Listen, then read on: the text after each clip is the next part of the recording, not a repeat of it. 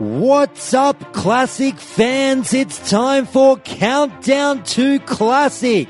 This is a podcast that educates, informs, and gossips about World of Warcraft Classic. Every Monday, Wednesday, and Friday, we discuss the news, hot button issues, and content of the highly anticipated World of Warcraft Classic. I'm your host, Josh Corbett, and thank you for joining me here on Countdown to Classic. Now, if you tuned in last Wednesday to the show, you will have heard part one of a fantastic interview with listener of the show, Partypooper, all about the vanilla WoW economy. And if you're new to the show today, then I should say that I would encourage you to go back to episode number 38 of the show last week and hear part one of that interview before you tear through this one being part two, as I left you on a little bit of a cliffhanger. Some of you got back to me saying, Josh, that cliffhanger, don't leave us hanging like that. Come on, man, we need to know what happens. Well, we'll get to that and also a bit of calling countdown after the interview, so hang around for that one. But how about we find out the answer to that cliffhanger question and plenty more as we hear from Partypooper in part two of WoW Econ 101. Enjoy, everyone.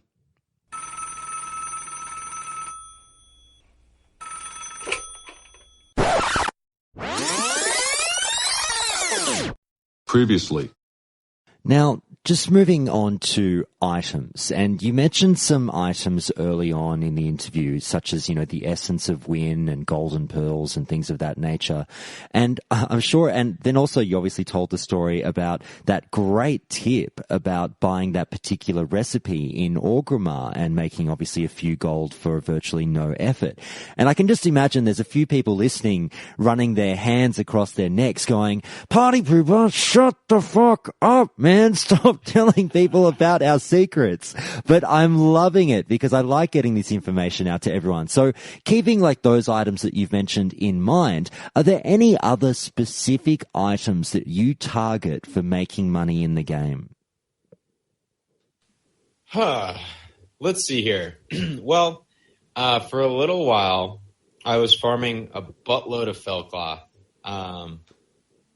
because for some reason, on Elysium at some point, they were going for like 8 or 9 gold a piece, and they're really, really easy to farm. And many times there's not too much competition for Felclaw, as far as that. I guess when we're talking about just specific items like recipes and whatnot that you can go and look for and search after to make basically free gold, there's a few big ones in my mind. I brought up the free action potion. I brought up the major chest enchant for health.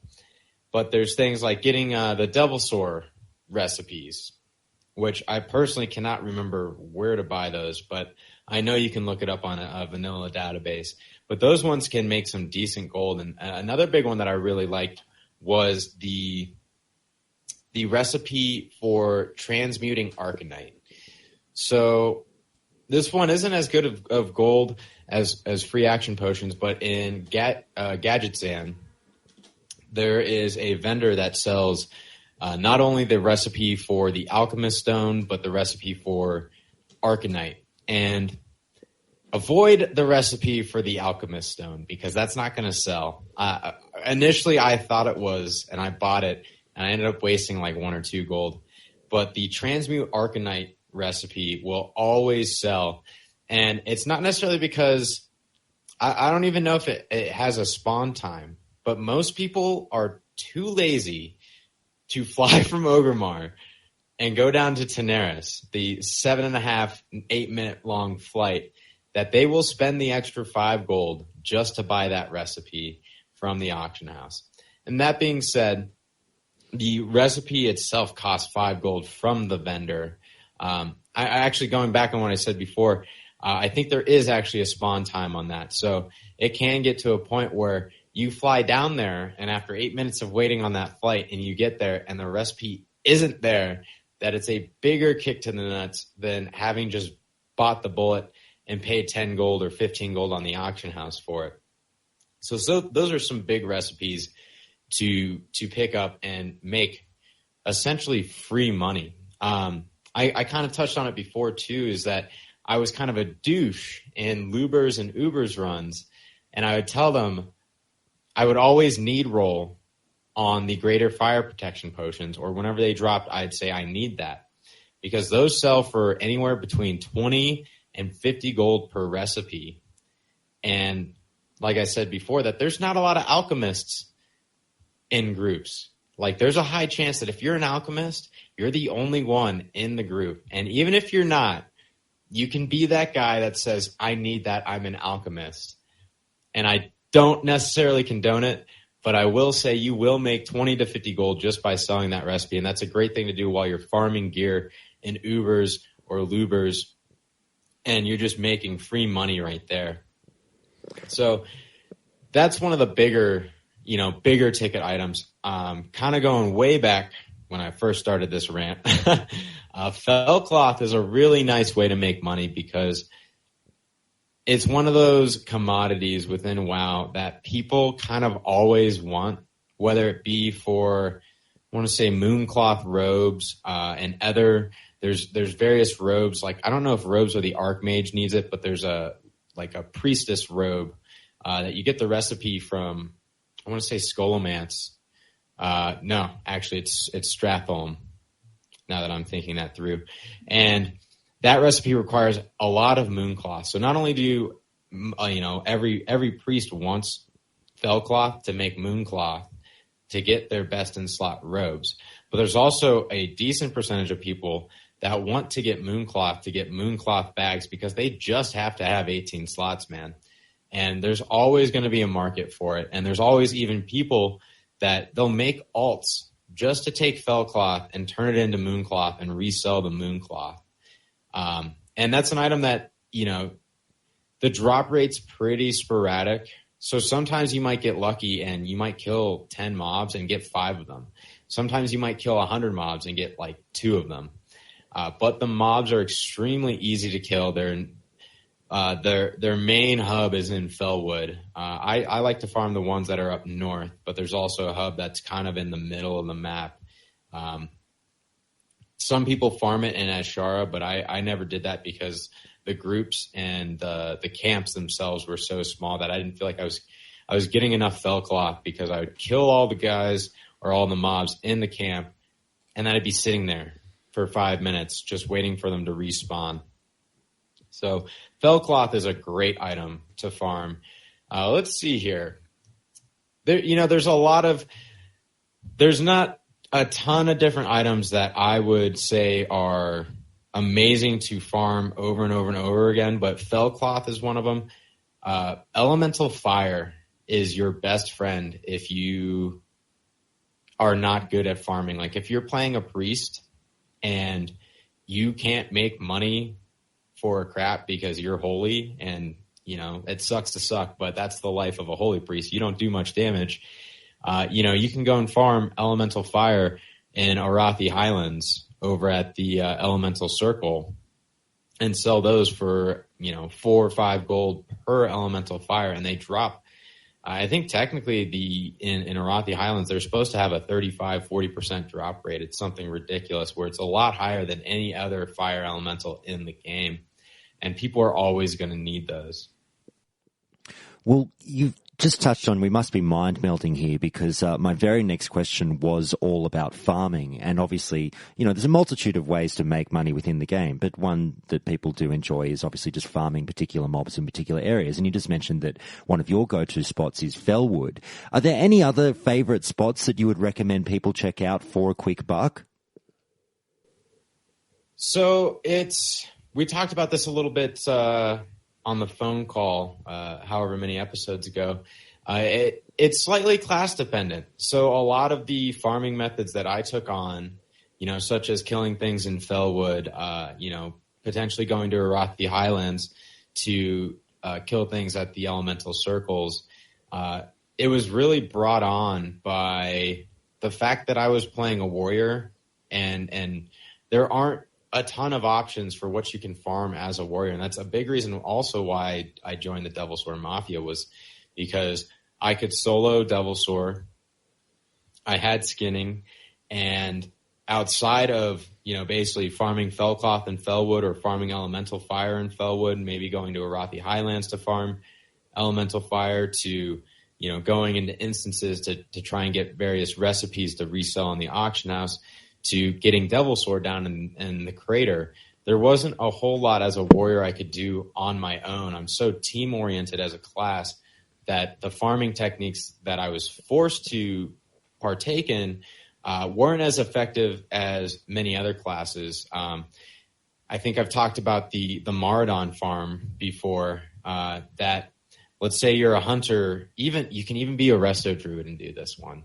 A Warlock, or basically any class with ranged abilities that you can just keep kiting Princess around the circle. You can go into Maradon. You can skip all of the mobs if you're really sneaky. You kind of have to learn it a little bit the first few times. You might pull a mountain giant on accident. It happens. But you sneak past all the mobs, you kill Princess, and all you do is disenchant the blues that she drops. And you're making anywhere from, probably about 10 plus gold, maybe 15 gold per run. And you can complete maybe 5 of those, if you're really quick, about 5 of those every single hour, and make a bunch of gold that way. And that's a great one for healers, going into Mardon and farming that, because you can kite Princess pretty much forever. That it's just, you're going to be slower as a Resto Druid or a Holy Priest doing that, but you're still going to make good money, especially considering that you didn't have to respec to initiate that gold farm, that you could stay in your raid spec, stay as a healer, and still make money that way. And another big thing is, even when Dire Maul comes out, many healers can farm a lot of different things in there. Mm-hmm. Like I said, they're not going to be as effective because obviously they're not damage classes, but it's very class specific what you do to farm gold. As a hunter or a warlock, the main go-to is to go to Maradon, because that's going to be your highest gold per hour. As a warrior, you're kind of in a crappy position, to be totally honest, because you have to start getting creative, using those professions, playing the auction house more, to, really deciding what you can farm effectively, because, you don't want to be farming something that you have to eat after every single mob. You're not going to be efficient that way. Down to, how you farm as a warrior is completely different to how you farm as a mage. As a mage, you have endless options on what you can farm. You aren't forced to go out into the real world and on a PvP server potentially be ganked endlessly and have to leave your farming spot and lose all your efficiency. You can go right into instances and start farming things. Like, most mages aren't going to farm Maradon, but they can very easily. Most mages are going to instantly go into Blackrock Depths, and they're going to solo the first big room, and then they go up into the top of the arena and kill all the mobs around the arena. And they make a ton of gold, anywhere from 75 to 150 gold an hour from doing those runs. And it's really just them vendoring most of the items that they get from those runs. And they make extra gold if they're a mining mage that has, the ability to get all the dark iron ore to sell in the auction house later. So how you farm is really specific on your class and what you're able to do with your class, because various classes aren't going to be able to do, pretty much every class isn't going to be able to do what a mage can do, obviously, and be able to farm BRD or be able to farm DM East, and so on. But, you can get creative when Dire Maul comes out. You can get a solid group together and just run Dire Maul Tribute over and over and over again. Get the thorium ore from, I think there's 2 or 3 major nodes in there that you can consistently get, as well as taking those blues at the end that, at a certain point, no one's going to need them, that you just keep disenchanting them. You can split up the gold between the group. And I'm pretty sure Dire Maul Tribute is the one thing that you can potentially, I'm 80% sure that you can run it with 5 rogues and sneak past the majority of things and have like 10-minute runs. split the gold between your buddies. And while I don't suggest farming with other people, sometimes you're forced into it when you're a certain class. When you're a healer, it sucks, but you could try to go to Arathi Highlands and farm elemental fire. There's a good chance that you'll probably get ganked by someone who's there already farming it. So, going into something like Dire Maul and farming with a buddy and increasing your gold per hour, or going over to even, Solithus and farming elemental air.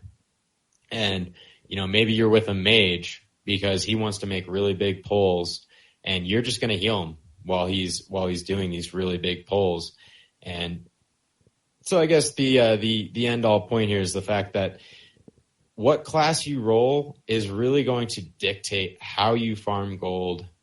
And at the end of the day, mages are going to be the most efficient. Healers obviously are going to be the most inefficient, and warriors are just kind of stuck in between, where they really kind of need a group to succeed, especially before they have gear.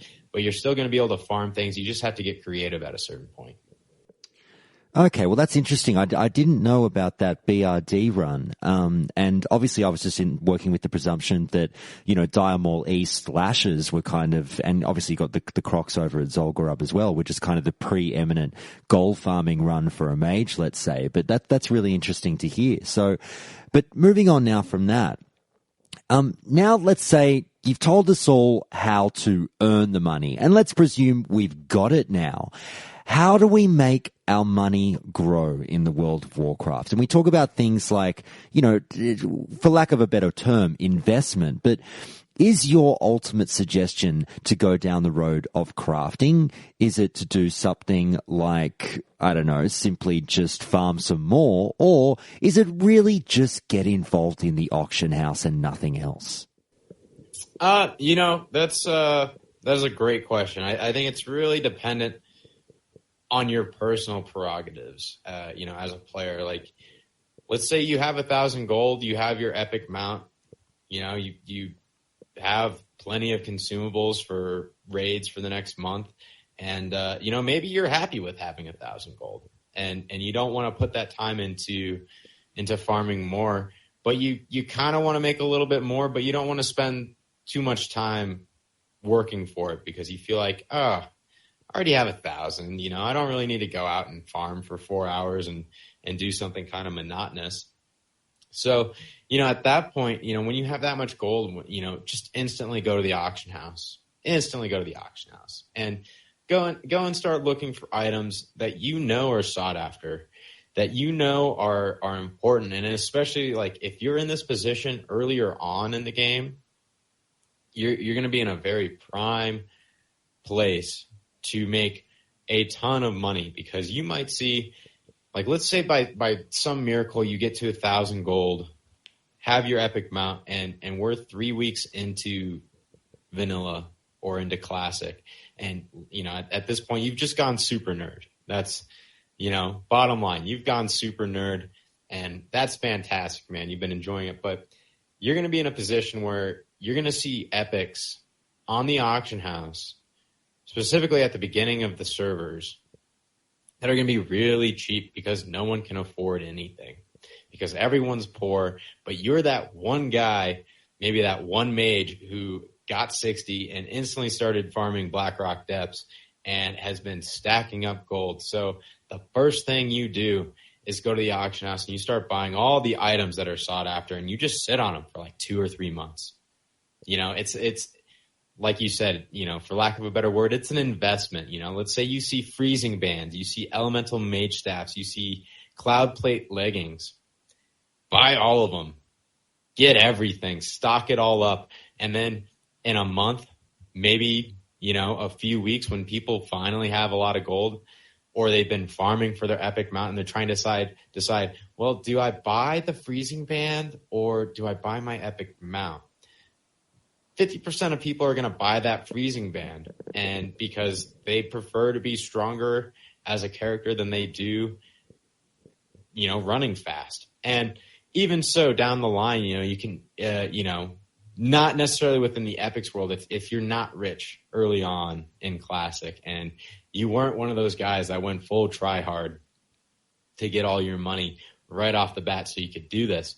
There's still items that you can not only, buy and sell on a daily basis from, you see some, any item going for too cheap, whether it be fell cloth, even linen cloth, any sort of cloth that you see, rune cloth going for way too cheap. And you're like, oh, wow, someone's selling this for a gold a stack. Well, let me just pick this up and post it for a little bit more.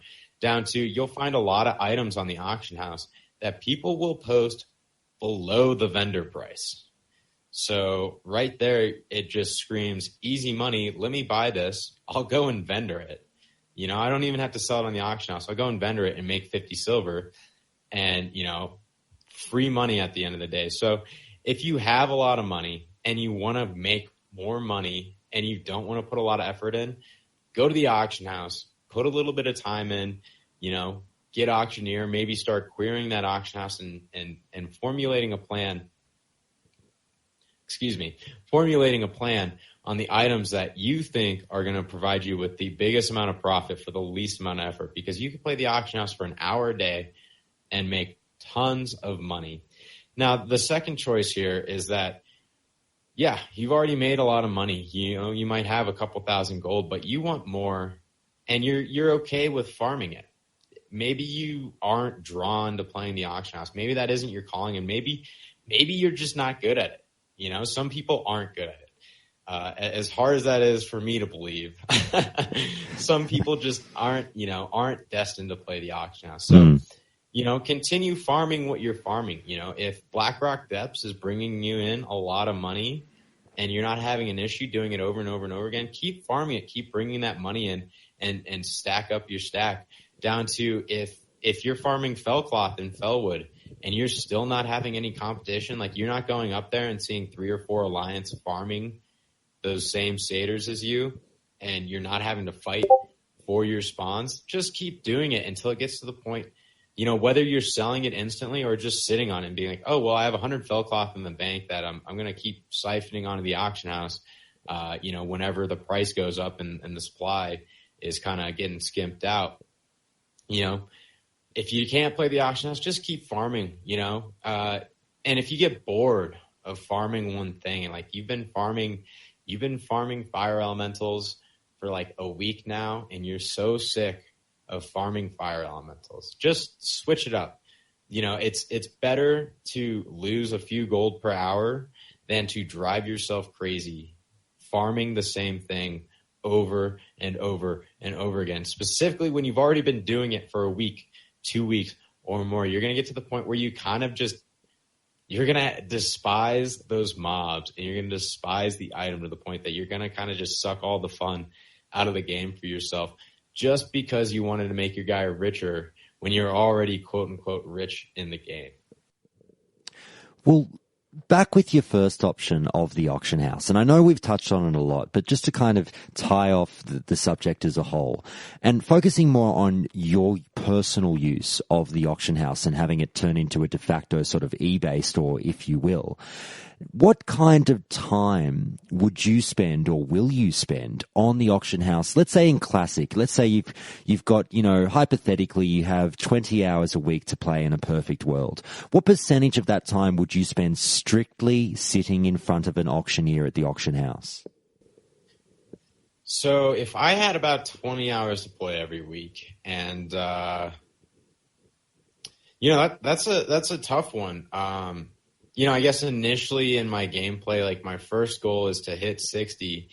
But if I know I'm not going to hit 60 fast, I might just sit there, enjoy the leveling time that I get, and then spend at least 2 to 4 hours. I would try to spend, maybe 30 minutes to an hour a day on the auction house. So, a little bit more time than that. Just playing it, especially, once I've gotten, to a level range that I'm happy with.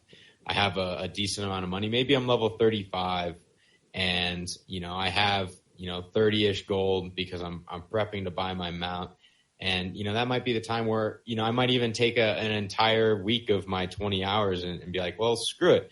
I'm going to play the auction house a bunch this week because I want to set myself up for when I hit level 40. So not only can I buy my mount, but I can also buy all my skills and have gold left over so I can go and buy some random item that I just feel like I need.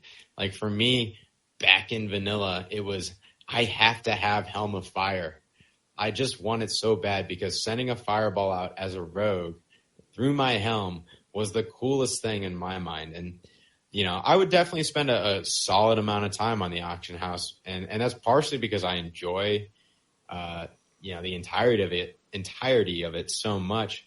And the other reason being that, like, if you do that consistently, whether it be for an hour to 2 hours a week to, you know, more or less of that, that you're going to set yourself up that when you hit level 60, you're going to be stacked with gold. And, you know, maybe you didn't hit 60 first, but what does that really matter that, you know, when you hit 60 and you're, you know, everyone else is like, oh, you speed leveled, but I took my time. And guess what?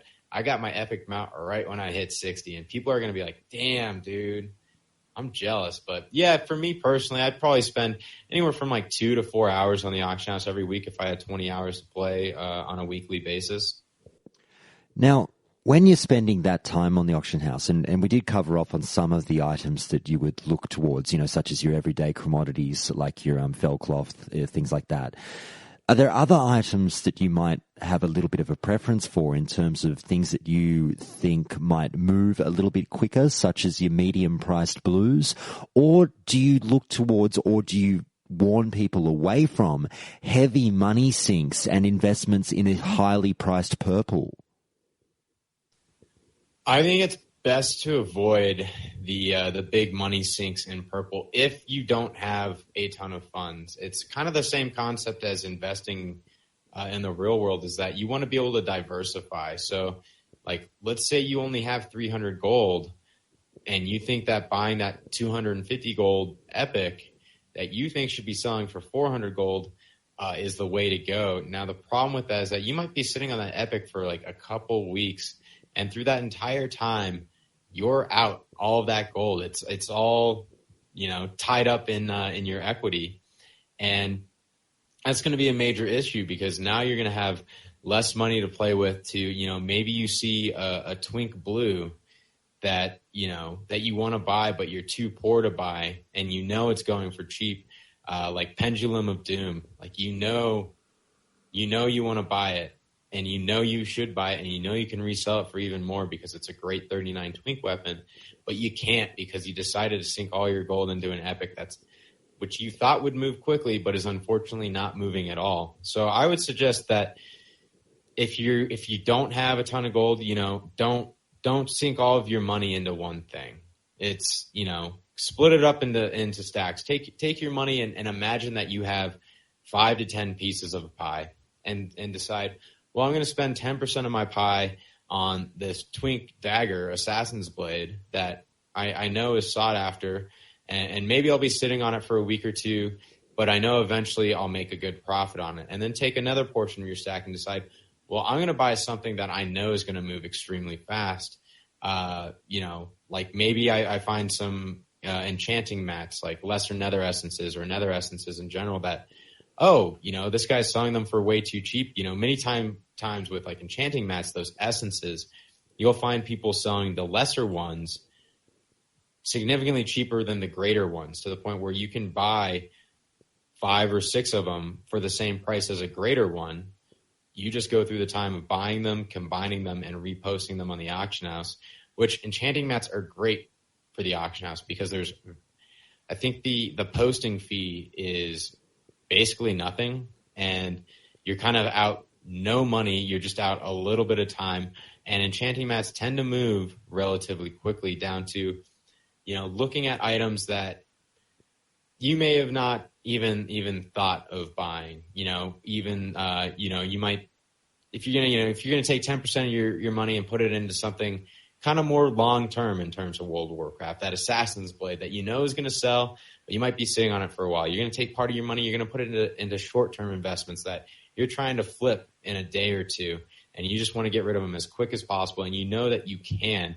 And then you're going to have some money that you're going to put into things that maybe you take 20% of your stack and you decide, well, I'm going to buy this slightly more bigger ticket item, but I'm only buying it because there's 3 of them on the auction house, and this one is 40-50% cheaper than all the other ones. So I could probably sell this in trade chat really quick and maybe not even post on the auction house and lose any money by posting the auction and so on. So I definitely advise that people, treat it somewhat like the real world, that you're going to diversify your investment, that you never want to push all into one thing, because if that one thing drops in price, you're losing tons of money compared to if you only put 10% of your money into it and 90% of your money is elsewhere and that one thing drops in price, you're not losing nearly as much. And sure, maybe you're not making as much, but it's all about making steady gains over time and consistently, to the point that if you have, look at it from a week-to-week basis, that, on Monday I started off with, 150 gold. Here we are on Sunday, and now I have 225 gold. This is fantastic, and all I did was play the auction house for 2 hours this week. Do you somewhat subscribe to the theory that, to put it sort of in a strange manner, I guess, in terms of World of Warcraft, the old, don't look a gift horse in the mouth, in terms of a gold is a gold, and if you see an opportunity for a buck, jump on it regardless of, the players that might scoff at, please, that's not, that particular purchase on the auction house isn't worth my time and effort. Are you kind of like money's money and it saves up in the end, or would you sort of balk at certain purchases? So I have a very odd relationship with this concept, because I think everyone does this. We all want to make the big bucks, man. And sometimes so much so that it blinds us to, at the end of the day, there's nothing wrong with taking free money. Sometimes, I went and bought this item that was, selling for 12 silver less than what it vendors for. Are you going to take the 5 seconds to take the free money? It's kind of the same concept. Are you going to be walking down the street and you're going to see $1 and you're not going to pick it up?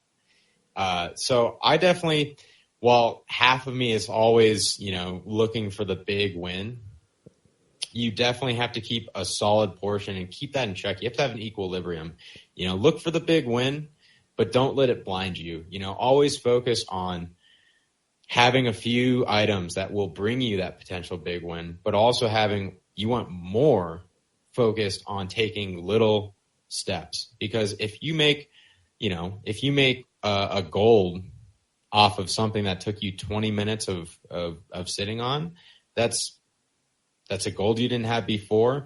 And like, maybe you only have 100 gold, but you just made a gold for literally doing nothing and making one right decision with a small percentage of your stack.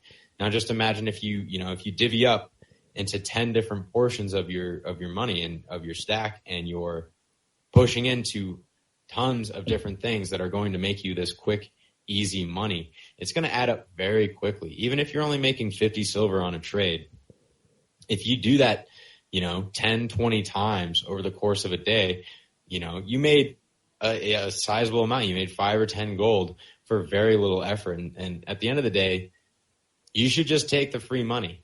I know a lot of poker players, and my brother plays high stakes poker, and that's the biggest thing he always tells me. And this doesn't have to do with investment necessarily, but sometimes, no matter what you're doing, when free money is thrown at you, you're slapping yourself in the face when you deny it, especially when it's just so blatantly easy. All you have to do is reach out and just accept it. So I definitely would say that I personally am kind of just doomed to always be looking for the big win, but I try and focus and refocus my attention to all of the small wins that, if you keep making small wins, it's exponential, it compounds, it keeps growing, and you're risking so much less. Do you have a golden rule when you use the auction house, whether it's something as simple as never sell for less than the purchase price, or never break up stacks into individual items, or anything like that? I would say my golden rule, that is a tough question. Every time that I've kind of played the auction house since I was younger, I've always just kind of, gone with my gut and just been like, I should probably buy this. I guess my golden rule would be think. just think before you act, because there are certain items that you might think are going to bring you the big bucks. But at the end of the day, stuff like ice mail jerkin that you think that you're going to make a ton of gold because it's epic and you think it should be worth something, and maybe you bought it for 50 gold, and then you find out later it's worth like 10 gold. So just my golden rule is to always think through a decision before I just jump into it.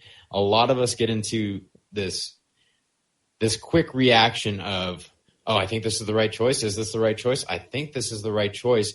And you make the decision within 2 seconds. And you don't actually think through what you're doing. You just are going with the flow. So always think before you do. And that has bit me in the butt, not only in the World of Warcraft economy, but in the real world too.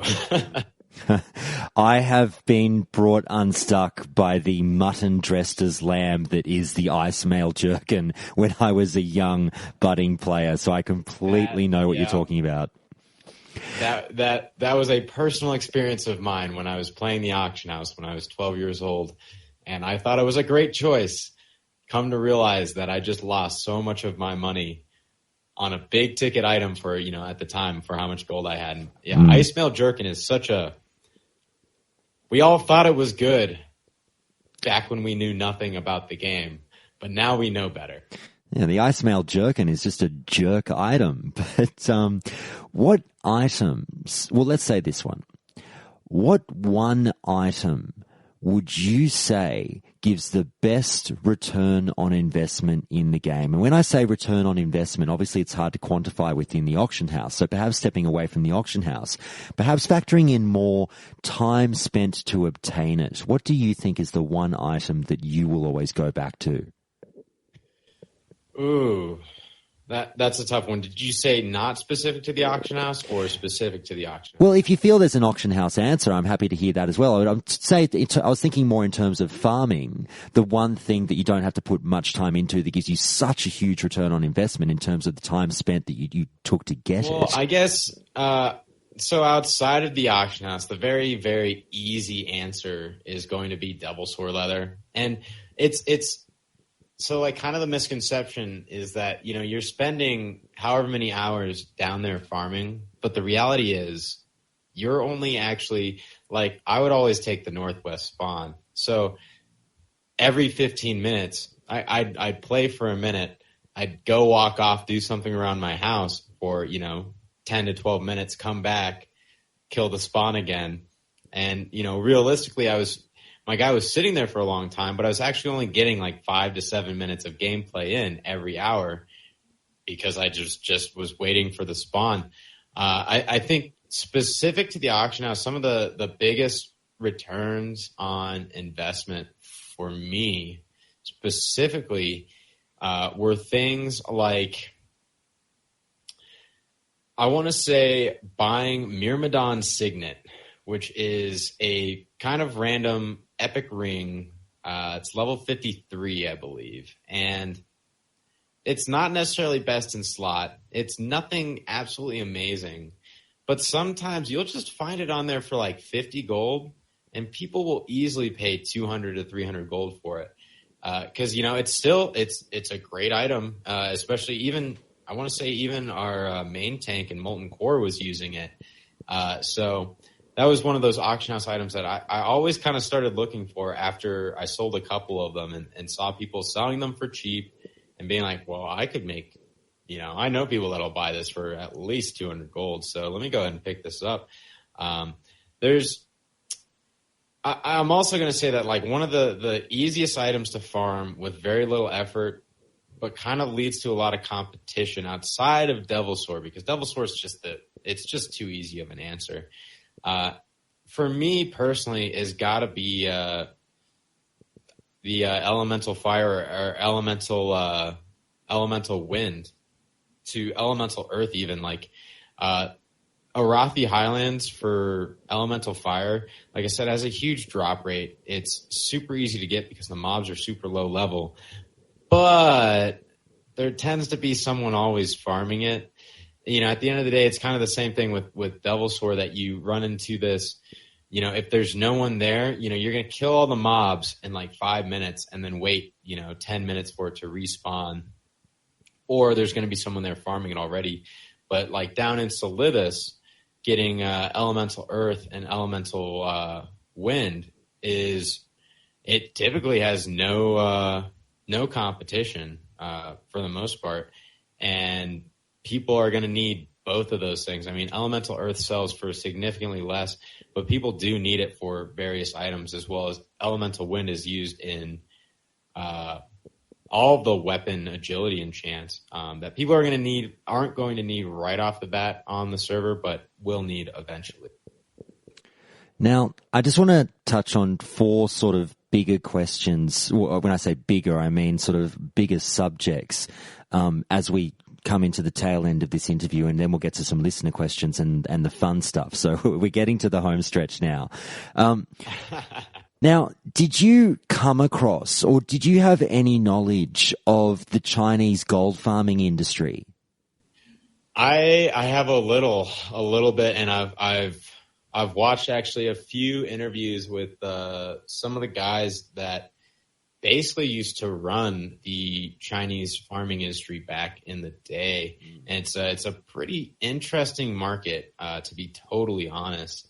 I mean, I personally I've never bought gold. I've never wanted to buy gold. I mean, I guess there have been times where I'm like, oh, I'm so lazy. I kind of want to just buy gold right now, but I've never actually done it. But from what I gathered from watching some of these interviews with, some of these people that basically ran, I mean, they weren't even running the Chinese farms. Like pretty much what they would do is that they would end up just kind of being a consultor, that they would set up, a connection with some of these Chinese gold farms. They would, in itself, you have multiple, I guess, wheels in the machine or cogs in the machine. You have the Chinese farmers themselves and their setup and whatever they're doing over in China, where they're playing hours upon hours a day and constantly just farming gold over and over and over again. Now, the big thing is that when you're buying gold, you're typically not buying directly from these Chinese farmers. Those Chinese farmers sell it to one of these consultants who then in turn sells it to someone else. And it's not necessarily that the consultant buys the gold from them right off the bat. They're basically just the link between you as a buyer and the Chinese gold farmers, and they take a huge markup. So they might be getting it, let's put it in terms of vanilla, buying 100 gold for $10 in vanilla. They might be getting it for $5 from the Chinese farmers. Then they're taking the $5 markup basically just for running their website and linking you with these people. And then you're getting your gold at the end of the day. And that's kind of what I know about the farming industry, is that all these gold selling websites aren't paying for the gold farmers. They're just the intermediary providing you a way to buy it from them. And it makes a lot of sense. It's kind of like typical supply and production and manufacturing, is that, you have the supply line. They find a way to sell it in bulk to, retail stores or whatever. And then in turn, you're paying a huge markup from the retail stores to get the item down the street from you. And that's, it's just kind of interesting that that's something within a video game, that gold farming within a video game would have that same industry standard essentially. And there's, if you might want to check out the interview. I remember it being with it was like Marquis Dragon, the guy who made it was like the original World of Warcraft bot that you could use to level up your guy without putting any work in. And he did an interview with I want to say the kid was like maybe like 22 or 23 at the time, and did an interview with him. And as like a 19 or 20-year-old, that kid was making hundreds of thousands of dollars just being an intermediary between the gold farmers and the buyers. Wow.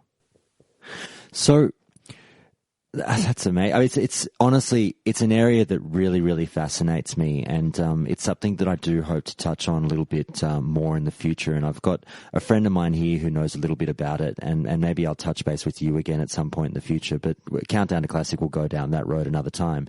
Moving on. Now, is inflation a thing in World of Warcraft, given the passage of time that we've experienced through the game with, private servers evolving over the years and things like that? And before you answer, I just want to tie this into a quick listener question who goes, basically, if inflation does exist, will it affect the market if Blizzard decides not to cap Dire Maul East or tribute runs? And that question is from listener Swift Deus. So I guess specific to the second portion, I'll kind of work this question backwards. So if Blizzard doesn't cap basically the amount of gold that you can farm from Dire Maul runs, I don't think I don't see it as being a major issue for a couple big reasons. So the main items that you're going to be getting off of those runs are undoubtedly, if you're running that and other people are running that all the time, all those things that you can auction, the supply is going to be through the roof that people aren't going to be willing to pay much of anything for it, because at the end of the day, all those people farming it are going to keep undercutting each other on the auction house to the point where it just makes sense to vendor those things. And then it's going to be kind of a non-issue in terms of Dire Maul. And I do believe that, inflation definitely does exist, but there's a few countermeasures within the game to avoid some of these, inflationary issues. And number one being is that there's a lot of gold sinks for anyone there's not a lot of people farming gold just to farm gold. There's a lot of people that are farming gold because they want to respec multiple times a week. There's a lot of people farming gold because they need consumables for their raids for the week. Sorry, my dog is going crazy over something. But anyways, there's people have things that they want to spend gold on, whether it be, I got a new piece of gear, I'm going to go get an enchant. There's very few people whose goal is to just farm gold and just to be as rich as possible in the game. So I don't think that Blizzard should actually cap off the amount you can make with Dire Maul, because at the end of the day, it's going to reach a point that all the items that you would be making a ton of money off of are going to end up becoming less, worth less and less and less over time, because there's just too many of them. And even with, I bring up Blackrock Depths as a very effective farming method many times. Even with Blackrock Depths, there comes a point, there's some patch that changes it where you can no longer farm the mobs above the arena, because one specific mob, I want to say like a handmaiden or something, starts stunning you. And if you try to go and clear out that room, it's just insta-death after a certain patch. So I think that it would be a bad idea to, cap those off. And the bigger thing is that people don't realize that, there's a lot of people that like to PvP and PvE, and they will do both, and they will spend the time and the money to go back and forth between specs multiple times in a week. And that in itself is a huge gold sink, especially if you're doing that all the time and you're spending, let's say you're respecing twice a week and you respec a ton, you're spending 100 gold a week just on respecs. And, eventually, there's just a lot of things that deal with inflation in vanilla World of Warcraft. And the most specific one being respec costs, and I guess the less intuitive answer being consumables to enchants to even repairs. If you're a warrior, God bless you, your repairs are awful, and there's just so many things, especially if you're a hardcore raider and a hardcore PvPer. Not only are you spending money on consumables for PvE, but you're spending money on consumables for PvP as well. Okay, so would you somewhat apply the same answer? And Swift Deus asked a quick follow-up question, but I think the answer is pretty much going to be the same. When they say how do you feel about capping gold generation in general when you talk about things like, as you just said, BRD, Moradon, even pickpocketing, things like that? And obviously the private servers have stepped in at a certain point to combat that extreme farming of Dire Maul East and Tribute Run. So in general with gold generation, do you feel that your answer would remain the same? 100%. I still feel that my answer would be the same, because I personally feel that, like, even if there becomes a slight inflation issue, you're going to get to this point where, everything's going to be costing more then. And thus it's not so much that, gold becomes worth less at a certain point if you really are having these issues, which I don't believe are going to be an issue in the game, because, even if it does happen, and even if inflation starts to occur, because there are so many people farming gold out their butt, and that's all they like to do in the game, which, granted, I don't think there's a ton of people who are completely focused on just farming gold. All those people are going to be sinking gold into, like I said before, PvP, PvE, repairs, respecs, enchants. There's maybe even making alts, making twinks, and so on. And that even if things become inflated and your gold becomes worth less, then all of the items on the server are going to start to cost more, and it kind of equates out to roughly the same thing. But I don't believe that inflation is going to be an issue. And kind of on a side point, what people don't really realize about private servers and why they want to cap gold generation is, maybe part of it is, inflationary issues, but the bigger part of it is that most of these private servers are selling gold to their users through, various websites. And that's kind of the one benefit of running a private server for vanilla, is that gold's hard to come by. There aren't a lot of people that are going to sit there and farm 24/7, on a private server or any server in general. You have to be a very specific type of person to enjoy, doing that. You have to really like seeing numbers grow to do that. So private servers do it just to make more money.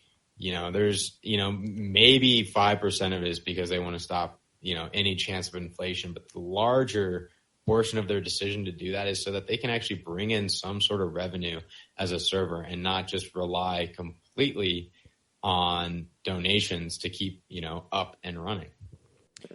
Now that you've hit on that point of the effect that private servers have had on the players that engage with them on those particular servers, my next question is, what effect do you think those private server players, having played now for years and gained the knowledge and experience that they do have with the game, and obviously you've engaged with this as well, you've played the game a fair bit over private servers now, and I'm sure that you feel you're infinitely more knowledgeable with all things World of Warcraft as a result of your time in private servers. What effect do you think players like you and diehard private server players will have on Classic and the economy in Classic? So, luckily, there aren't a ton of super hardcore private server players. There's a small percentage of, there's a lot of players that play private servers and they enjoy private servers, but there's a very small percentage of private server players who go full try hard and go full nerd and know the entire ins and outs of Classic and vanilla as a whole. That, I think that there may be, considering that there's, maybe 100,000, there's definitely more than 100,000 total private server players, but specific to some of these vanilla private servers, that there's probably, between 100 and 200,000 total players that kind of come and go and play. Of that pool, there's maybe 1,000 of those players that are diehard vanilla that will play it over and over and over again and know every single in and out. That I think those players will definitely have a massive effect in small waves, and there will definitely be a ripple, especially when you have a lot of those hardcore players that all play together. You'll have this one guild that knows every single thing about the game, and that as soon as content comes out, they're going to start clearing it extremely fast because they've already done it 100 times. So I think, those players and even players like myself, I'm trying to take the edge away from myself by, removing myself from private servers and giving myself a big enough gap that, that my memory starts to get a little bit hazy on certain things so that it can feel fresh. But, players that play vanilla private servers on and on and on and on, they're going to have a huge leg up compared to everyone else, because I feel like a lot of people that are going to play Classic haven't actually played a private server and don't want to play a private server. And maybe they want to try it out, but, they don't feel comfortable with it. And they also know that their work is going to kind of go to waste. That all those players that are hardcore vanilla and have already done all the content, so many times are going to have a huge leg up. They're going to know, they're going to hit 60 first. You're going to have some guy who's playing a hunter hit 60 in 4 days. And he's probably going to pull, a humongous 96-hour shift to make it happen and go no sleep, nothing, 4 days straight, hit level 60. And everyone's going to be like, what just happened? And it's only because, he's leveled up to 60 100 times. He knows exactly where he's going to go every time. He knows how to get ahead of the pack every single time. Down to, it's also going to have an effect on the auction house, Those are the players that are going to see an item like, whether it be a twink weapon like Assassin's Blade to Elemental Mage Staff, that as soon as they see it selling for super cheap, and, they know it's a big ticket item. They know it's worth it to put, a decent amount of gold in that to make money, even over to, PvP, that they're going to know the exact way to deal with every single class that, it could be a little bit cancerous for people who haven't been playing private servers and are coming into the game or will be going into the game almost completely fresh, off of their 14-year memory, just kind of going with the flow. But we're lucky that a very small percentage of players are that diehard vanilla to the point where they've played it, since 2013, like only vanilla since 2013, and that's basically all they play. It's the only game they play. So it's just a small pool of players that, if we have, 100 of those guys all going to the same server, that one server might be really cancer, and it might be really, it won't really take away from the fun a whole lot, in my opinion, but, they're going to be the guild that clears content the quickest. They're going to be the guild that has all the people at level 60 the quickest. They're going to be the people that know the best in slot items that they need for their classes, and they're going to get those the quickest. And then, they're going to be the guys that make PvP pre-mades and smash everybody. And that's where it gets really, for me as a PvP player, I love PvP. I mean, I enjoy PvE, but PvP is like my bread and butter.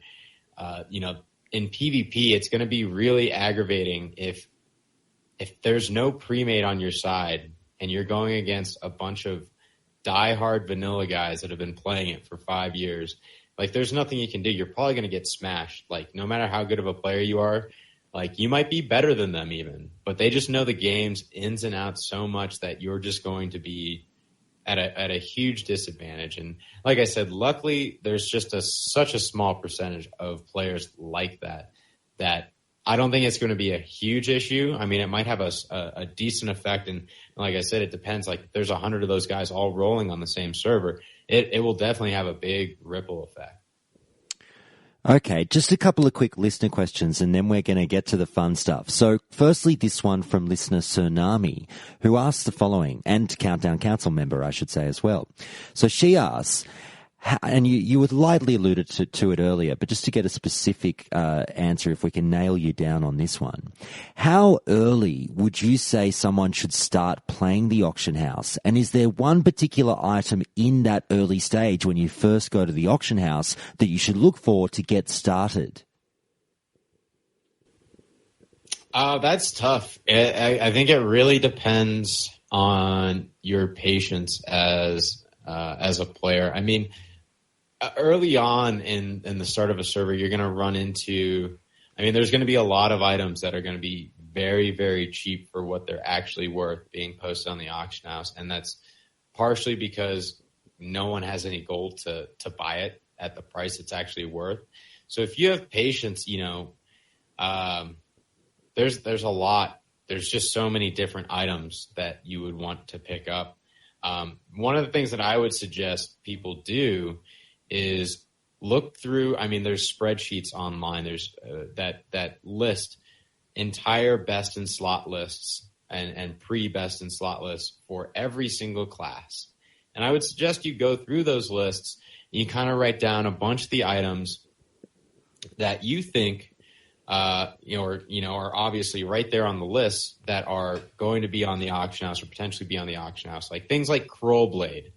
Lots of rogues want Crowblade, and you may find it cheap early on, at least when you hit 60 and so on, that's one of those items that it's great to pick up down to, I mentioned it before, Cloud Plate leggings are one of the best in slot items for warriors up until, I want to say, AQ 40. And I just think that it's important that if you want to find some of those bigger ticket items that you're going to be able to find for 50 to 100 gold and maybe in a month be able to sell for 500, 1,000 gold a piece, look through all those lists and find all the items that are bind on equip that you'll be able to buy and look for at the beginning of the release to try and get and sell, once people actually have the money to buy them. Now, as far as being a lower level, a really great way, especially if you're patient, if you want to make a lot of money, is look for twink items. People love twinking. Look for Assassin's Blade is the best rogue twink weapon to. I'm trying to think of the name. It's like Leatherbark Jerkin, something of the sort. Mm-hmm. I want to say it's a level 19 leather chest. There's a lot of different items. Take the time to look into some of the twink items and figure out. Oh well, a lot of people like Assassin's Blade. For 39 twinks, a lot of people like Pendulum of Doom. But I would focus on the 19 to 29 twink range because that's the most popular twink range because it's so much easier to get to that level range. And all those items, like Feet of the Lynx, level 19 leather shoes. Most of these items are going to go, you might buy them early on for 1 or 2 gold because no one has any money and people are just trying to sell stuff and make as much as they can. And a month in, you'll be able to sell it for 20, 30, 40 gold because that's just kind of how it goes when you buy the right items and things turn over quick. And I mentioned it way earlier, that recipe of greater fire protection potion. It only goes, you'll see it early on, go for 3 to 5 gold for the recipe. And when you see that, just keep picking them up. Keep picking them up and then be patient. Give it 3 weeks, 4 weeks, start posting them for 25, 30 gold. And you might have 5 or 10 of them and you just made a ton of gold because you had a little bit of patience and you're willing to, sit on something for a little bit of time. And yeah, I would definitely just suggest that people look through the best in slot list, kind of look into twinks a bit and see what's, some of the big items there, as well as, keep flasks and potion and various recipes in mind because, early on they're going to sell for cheap, but down the line, the price is going to go up exponentially. So the final listener question is from listener Nostalgia Dad, who asks this one. What are your thoughts on possibly allowing hybrid classes the ability to respec for a reduced gold price of 20 gold, perhaps, and what that would do to the economy? That is going to be a resounding no from me. The biggest reason why I'm completely against this, and I've been very verbal on the classic WoW forums. A lot of people have been bringing this up because a lot of people feel that it's wrong that if they're playing a healer class, that they have to respec every single time they want to go farm gold. Or if they're playing a prot warrior, that they have to respec to go and farm gold. Now, I can understand the sentiment. I definitely understand, and especially my guild made me go some ridiculous hybrid spec on my warrior for the longest time. I was like arms, basically 31 arms, 5 theory, and 15 points into prot. So I could DPS on fights that I didn't need a help tank. And then anytime we needed a third tank, I was the third tank. Because you don't need 3 prot warriors. You just need 2 prot warriors in Molten Core and so on. So I can totally understand the sentiment that you want to respec and you want to be able to have that freedom to respec more. But the biggest thing that they don't think about is how, going back to inflation, how that's going to affect inflation. Having less of a gold sink is going to make it so that gold becomes worth less. And that, respecking is the only true, like full-on true gold sink in vanilla WoW. I brought up that consumables were and so on, but, at the end of the day, when you buy consumables, your gold is being transferred to someone else. And, the money is still effectively staying in play. Now, respecs are the only way to end all actually delete gold from the economy and combat inflation. So if we start allowing people to respec or max out their respecs at 20 gold, especially like if we only give it to hybrids, which I think that's kind of a ridiculous sentiment because like every class needs to respec. Like everybody has a raid spec, everybody has a PvP spec. Some people have a farming spec even. So if we do it for hybrids, we got to do it for everyone, and then everyone basically gold is going to become worth less because we don't have a major gold sink to get rid of some of the gold in the economy and have that to combat inflation. It's just going to lead to a whole nother issue. Like it's nice for quality of life, but I hate to break it to everyone. Vanilla was never about quality of life. and the issues are just, it's too big. If you don't want to have inflation, don't mess with the respec cap.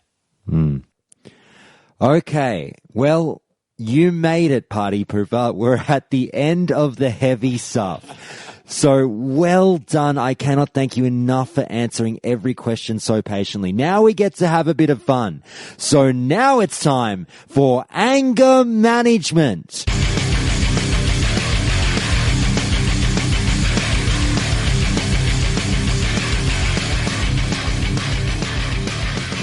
Each interview, I ask the interviewee to hit me with some of their angriest thoughts about World of Warcraft. So, Partypooper, what makes you angry about World of Warcraft? Bring the fire, bring the hate. What have you got? There's just one thing that is always going to stick out in my memory as the worst experience I've ever had in vanilla World of Warcraft. And this goes along with being on a PvP server, and I'm so diehard PvP, but this is just one of those things that drives me up a wall and sometimes makes me want to cry. So I've had the terrible experience, and this is why I'm going to say for most people, don't roll a warrior unless you're ready to literally bang your head against the wall and think about breaking your monitors, because the one biggest thing, and this is only specific to the times that I've played Warrior, is that people really, really, really like to mess with a Warrior before they hit 60. And it's one of those things that killed me because there was a time where I couldn't quest anywhere. I had to grind it out, man. And I got straight up camped in the Shimmering Flats. I was trying to be sneaky about it and kill those Solithids over in the random hole and the, gosh, I want to say the top right, bottom right, maybe it's the bottom left corner of the map. And I got camped for like 6 hours straight just because I'm a warrior. Just because they got to get that extra honor, man. And the one biggest thing that absolutely drives me up a wall is probably getting ganked, but only when I'm a warrior, because you can't do anything back. You're sitting there stuck. You're asking for help. No one comes. And when 2 druids just keep killing you over and over and over and over again, It is awful. And the biggest, just icing on the cake, is Shadow Priests. I absolutely want to kill every Shadow Priest because if you don't know this about vanilla WoW, Shadow Priest will 1v1 anyone. You can never beat a Shadow Priest. Don't even try unless you've got a team with you. But yeah, end all, bottom line, the thing I hate the most is getting ganked as a warrior, running back to my body, and then being camped. Being camped in vanilla is the biggest cancer of all time. All right. Thank you for getting that off your chest. And with all that anger out of the way, now it's time to lighten things up with the hot seat.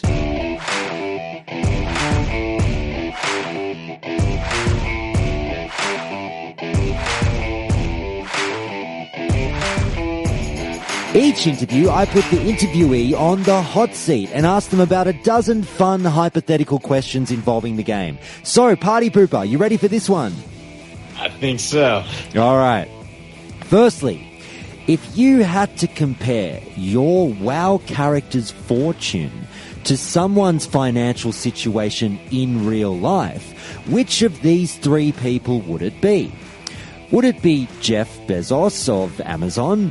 Would it be Donald Trump of the White House or Wesley Snipes of jail? As of currently, definitely Wesley Snipes. I'm as poor as can be on World of Warcraft. I spent my fortune years ago. You owe the tax man. Okay, sorry, are you familiar with the concept of the game, fuck, marry, or kill? Yes. Okay, all right. I'm going to ask you this one. So fuck, marry, or kill. I'll give you three options. And these are all in relation to making money within World of Warcraft. So option number one, you're a crafter, but you're a gnome. Option number two, you can use the auction house to make money, but you can only buy and resell greens. Or option number three, you're a gatherer, but you don't have a mount. So fuck, marry, or kill. What do you got for those three? Oh man, that is tough. I think I would kill the first option because I think I just heard gnome in there somewhere. And I absolutely, all I want to do is punt gnomes. Now, I'd probably marry the auction house, and I'd probably say fuck that to gathering without a mount. Okay. Next question. Who's the last Blizzard staff member that you would take financial advice from, and why? Eek. I want to say that guy Ghostcrawler. He's just had so many bad ideas. Okay, fair enough. Next question. What's the meanest thing that you've ever done in the game? Ooh. So this was kind of going with my anger management that after those two rancid druids camped me forever and ever and ever, I had to seek out my revenge, and unfortunately I could not find them. So the first thing I did was go to Red Ridge Mountains as a level 60 in pretty much full PvP gear. And on top of it, I had Bone Reaver's Edge, and I just started slaughtering every level 19 and 20 around me I could see. And then I proceeded to camp all of them for hours. For hours? Oh, I was on that. It was basically, I just gotten all the gear that I'd wanted on my character. I was like, you know what? It's time to get some revenge, man. I was like, you know what? I'm not going to go to STV. I'm going straight to Red Ridge. I'm messing with all the lobies. I'm picturing you in an Order 66 moment going through the younglings. It was glorious. It was really mean, though. That is for sure. There was one paladin who he kept trying to run away, and the worst part is I killed the flight master, so no one could leave. If they wanted to leave, they had to run, and you weren't getting around me. That's excellent. Okay, moving on from that. What's the largest amount of money that you have been kind enough to either tip someone or simply give away out of the goodness of your heart? Well, I'm going to keep this in the context of vanilla because it's definitely important, with how much inflation there is in Legion. I mean, I want to say in recent World of Warcraft that I've probably given someone, gosh, it hasn't been very extravagant, but maybe like 3,000 gold. Now in vanilla, the most I ever did for someone was buy them their mount, and I didn't ask for the money back. But I guess the most I've ever tipped someone, I tipped someone 25 gold for making me some flasks, and it was a guildie. I guess I felt kind of good about that. I would say buying someone their mount has got you some pretty good karma moving forward, so that's very, very nice of you. Now, do you have a proudest in-game moment outside of buying someone their mount? Ooh, probably gonna be in the Burning Crusade, man. Actually, scratch that. I was in Wrath of the Lich King. I was playing with a 3v3 arena team, and our win-loss ratio, I think we had 127 wins and 34 losses, and we were playing against the rank 1 gladiator. I don't know if you know what a beast cleave is, but beast cleave as rogue mage priest.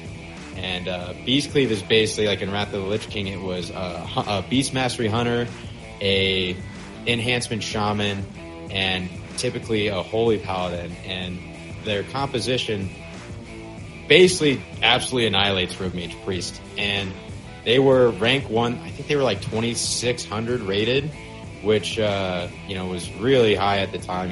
People weren't getting to 3,000 rating in Wrath of the Lich King, and we just managed to dominate them.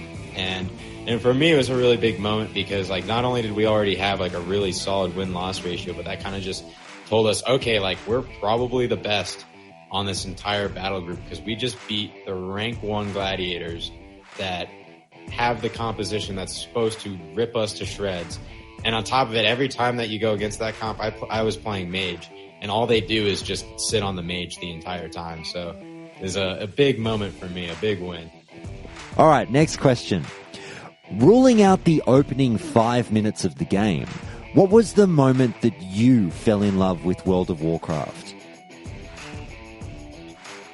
I gotta say, so funny enough, I said way earlier at the beginning of the interview that my first character was an undead warlock named Purplemouth, and I definitely enjoyed him, but I don't think I fully fell in love with the game until I saw what rogues could do, and then also saw my first raid on my hunter.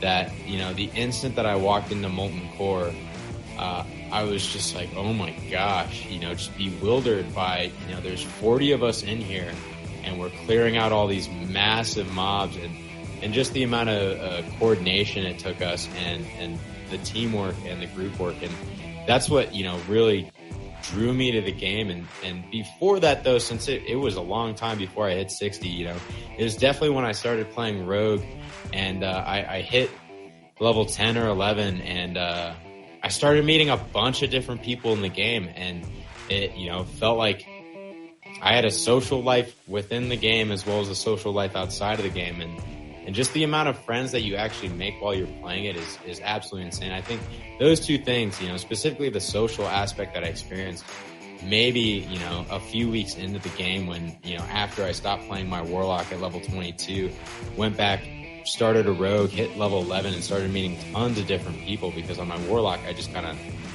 went solo dolo, and then on my Rogue, I kind of needed some help for certain things, and just seeing the amount of help you get meeting a bunch of new people and the social aspect that I got to learn about more and more just within the first month of playing the game. Okay, last question. Tell me why you, Partypooper, are most excited for World of Warcraft Classic?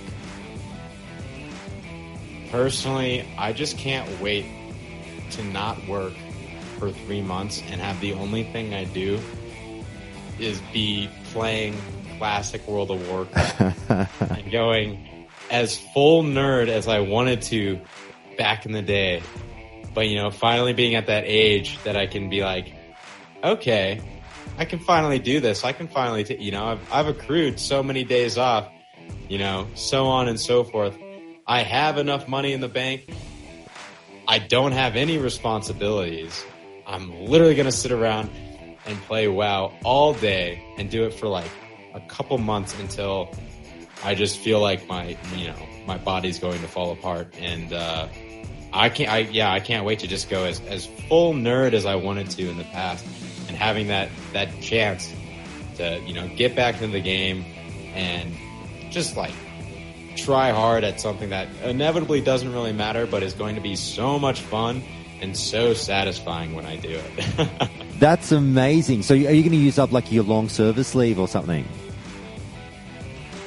Yeah, it's some people would be like, that's kind of weird, man. You can't wait to just like literally be a super nerd. It's like, yeah, man. Is there anything better in life than just taking like a 2-month break from doing anything and just for like almost feeling like you're inside of a game? And like that's, I always tell people WoW and vanilla WoW specifically was so great because your character is essentially an extension of yourself.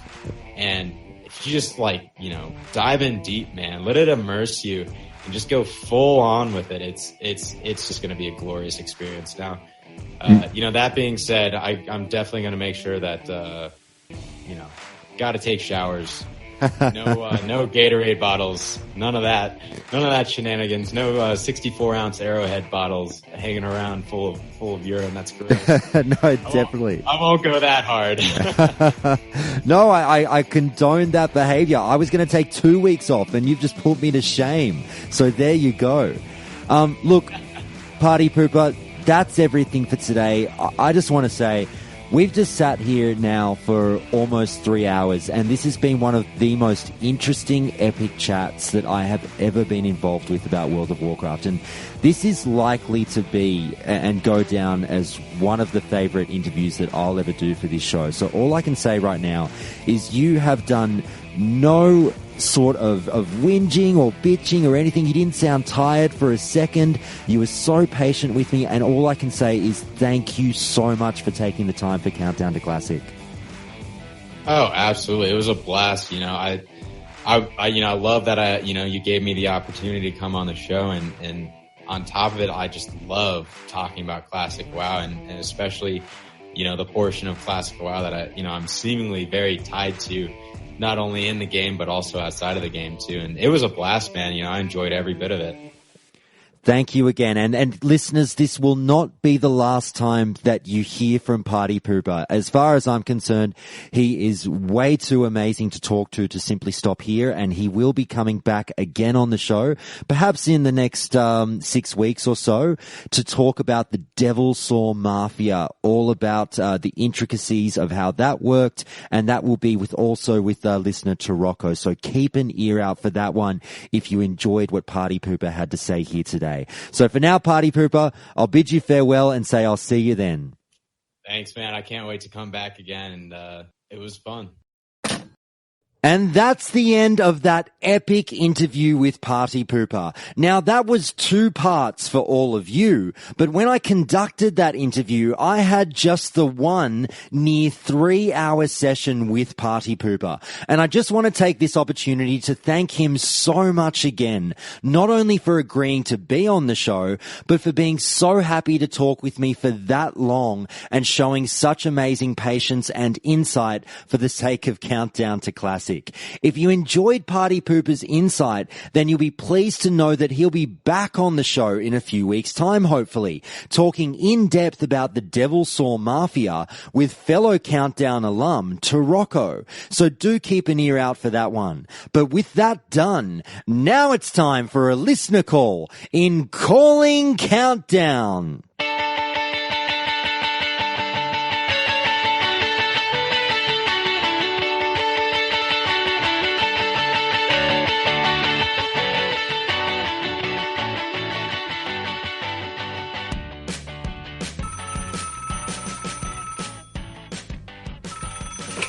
Okay, we've got a couple of callers on the line now, and who have we got, and where in the world are you calling from?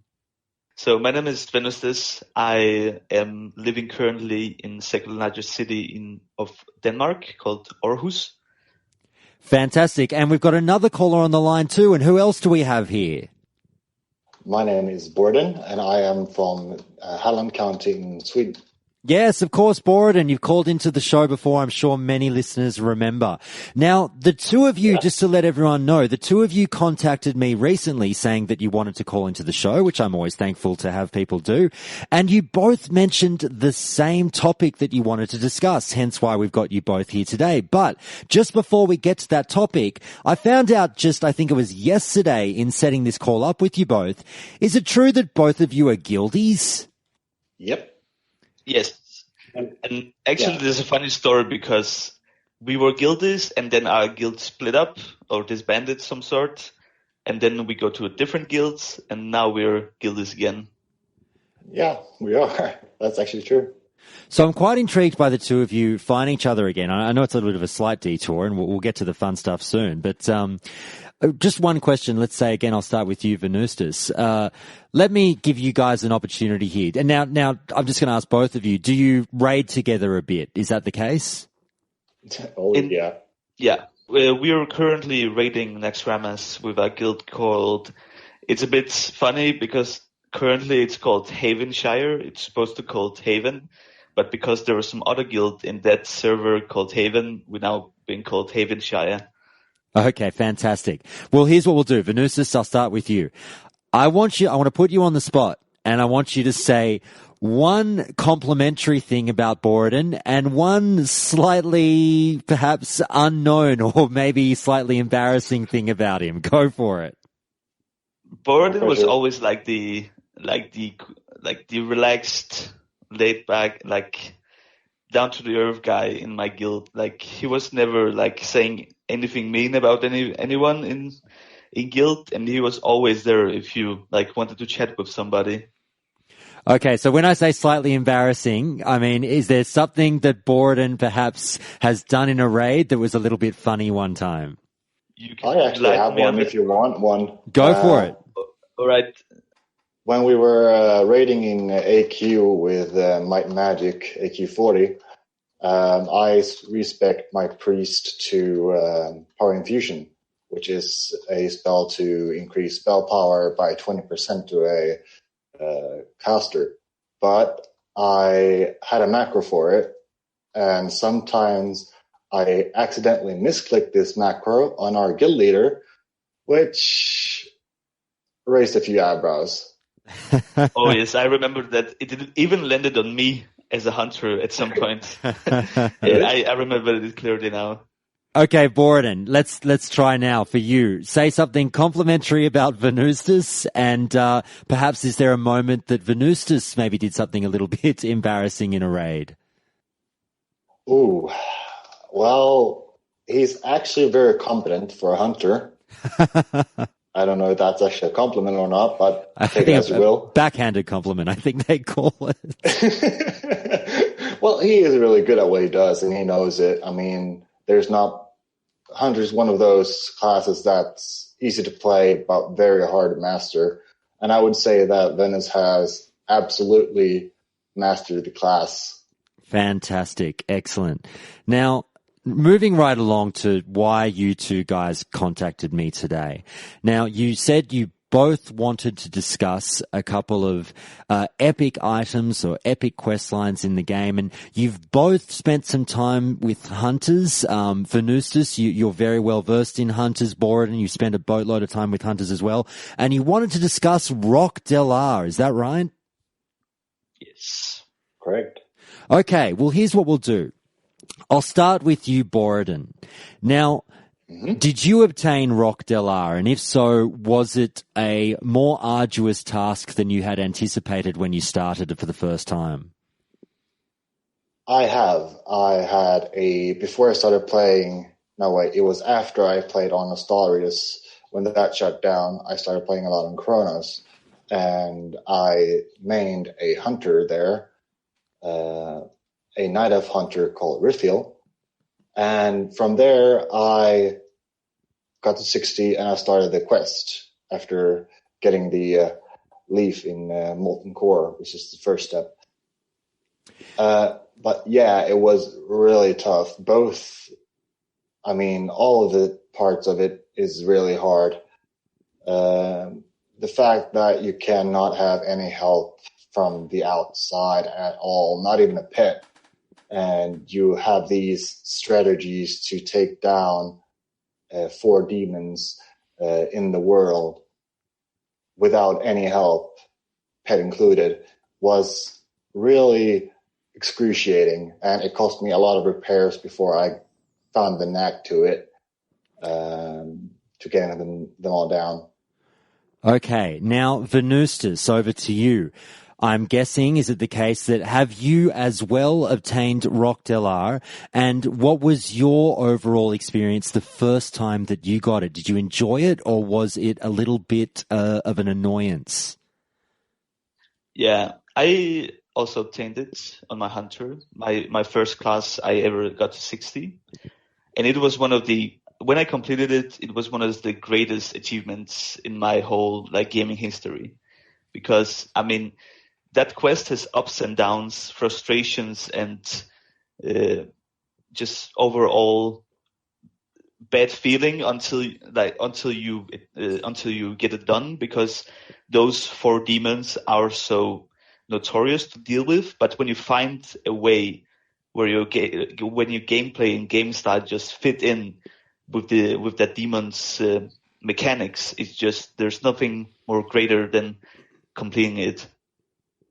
So you mentioned the word achievement, and we'll get into the quest line and everything soon for Rhok'Delar and what you have to go through to get it very briefly, and then your commentary on maybe some tips or tricks. But Boraden, hearing Venustus say that it was one of the greatest achievements that he felt during the game, and ultimately I guess we do play World of Warcraft for that sense of achievement. We chase it like a drug. Did you have a moment like that when you first obtained Rhok'Delar? Oh yes, it's very much the Dark Souls effect on it. It's really, you question yourself time and time again to why you put yourself through this. But in the end, the euphoria when you actually get it is so good. Okay. Now, I've been cheating a little bit, guys, because we've been sitting here talking about Rhok'Delar, and as you two, being avid listeners of the show, know, I have virtually no experience with hunters, and my understanding of the Rhok'Delar questline is basically one sentence that I'm reading from WoW Wiki right now that you're going to laugh at, and it summarizes the questline as this: Rhok'Delar, Longbow of the Ancient Keepers, is the epic hunter quest bow. The quest involves defeating solo, no pets or friends, 4 powerful demons, and slaying the fearsome Onyxia.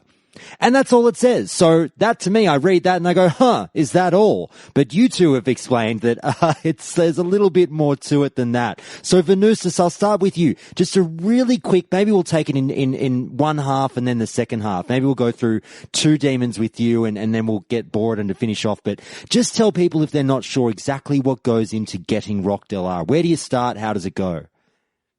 It started with you looting a quest item called Ancient Petrified Leaf from Majordomo in the Molten Core. He's the second last boss in that raid.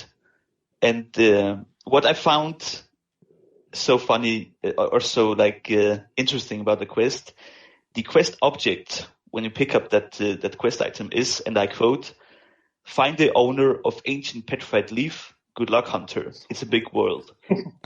And that's what really summarizes the RP in this MMORPG, because you yourself looted that quest item and you yourself must find out who to give it to. And it's all on you. You're the man behind it.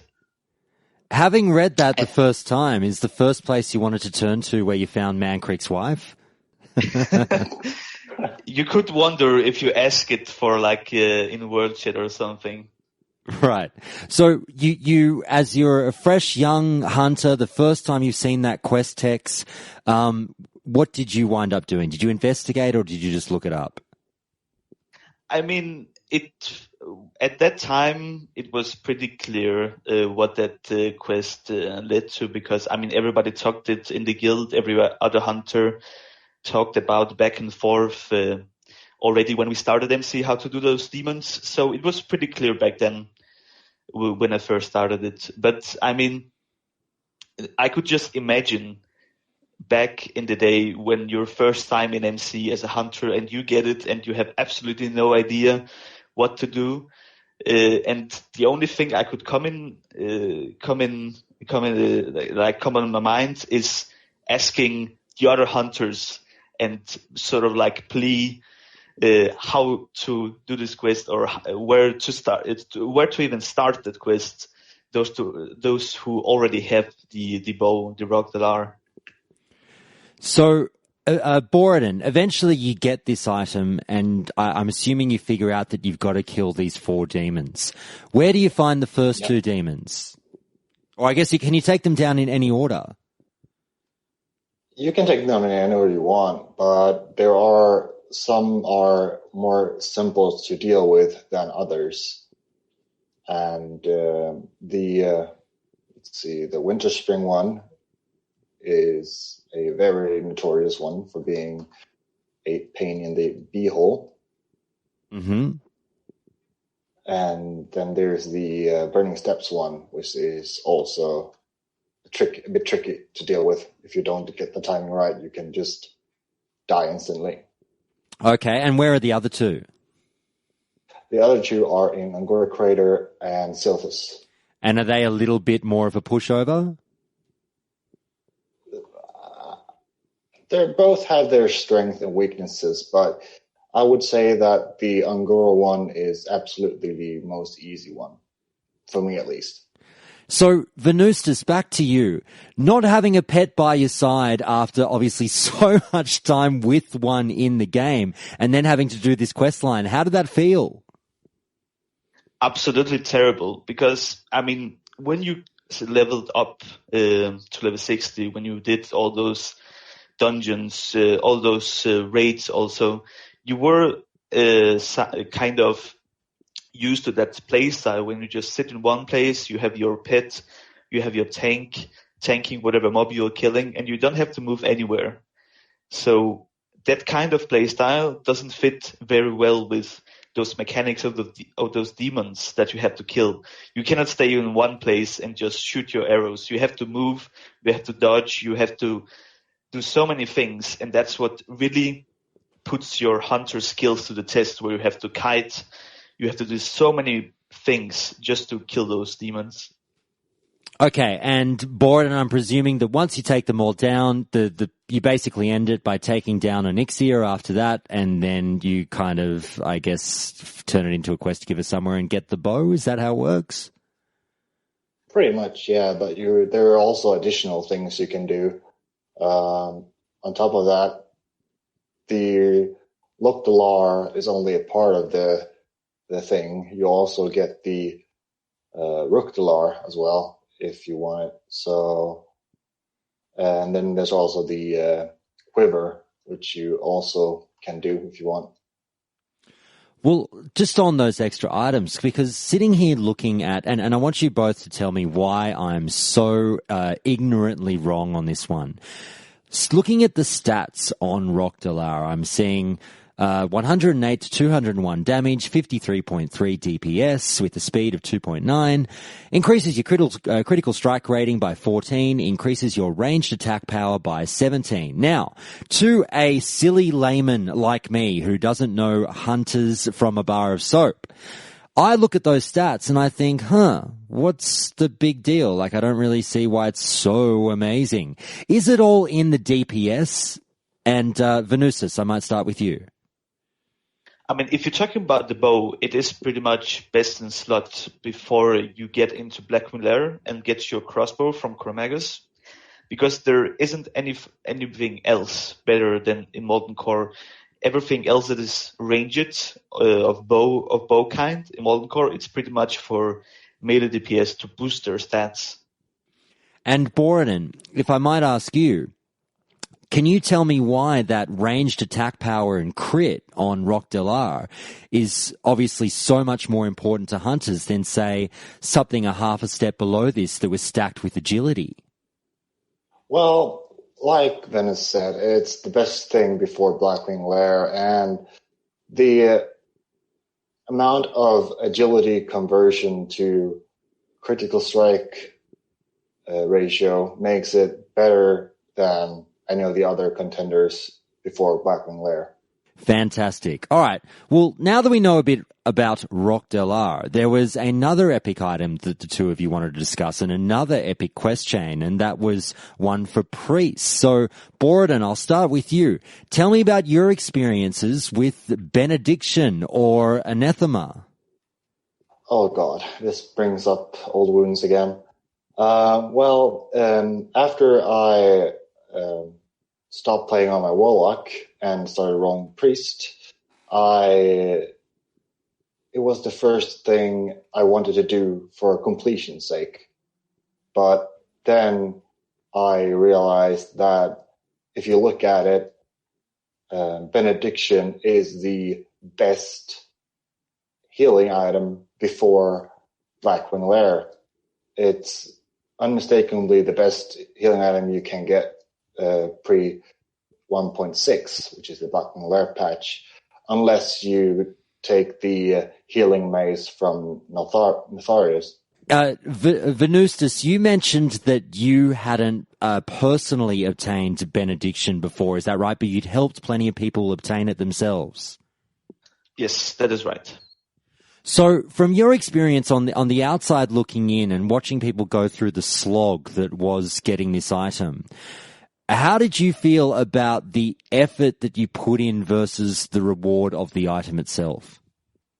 I mean, at the end, when I see people get it, what they come through, it's pretty much au pair with what getting a Rhok'Delar for myself, I think. The sort of the playstyle you have to play through is very different than healing, for example, an instance or a raid, because you cannot just rely on your healing frames and just cast your spells. You have to manually tap target or target with your mouse the different NPCs you have to heal, and you also have to kill some mobs. And just by looking at it, it's very difficult in my perspective. So, well, Borodin, back to you. You've actually obtained both for yourself in terms of the fact that you've put both items in your personal inventory. Which one was the bigger hassle to get? Ooh, they were both hassles in their own respective ways, but I would have to say that the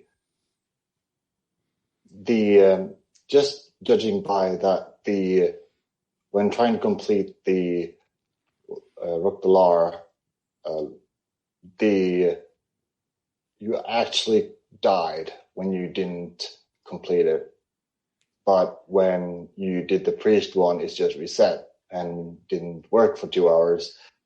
So it cost me a lot of more gold doing the hunter one. So I would have to say that based on that. Okay. Now, Venustus, with all the help that you provided with people getting Benediction, what do the words "the cleaner" mean to you? Oh yeah, when you first see it, you will be terrified to death. As a player who never saw it in your life before, and you go into a place where those quests are being done, and you don't know anything about it, and suddenly you see a big Dreadlord model demon rushing for you with, I think, 200 or 300% speed, all in black, is just terrifying. And I think a lot of players in the end experience that, and they have no idea what just happened. Now, Borodin, one question I've got for you, just looking at these items, and obviously items that I've never used myself, but you can obviously use Benediction and it converts into Anathema and vice versa. That's correct, isn't it?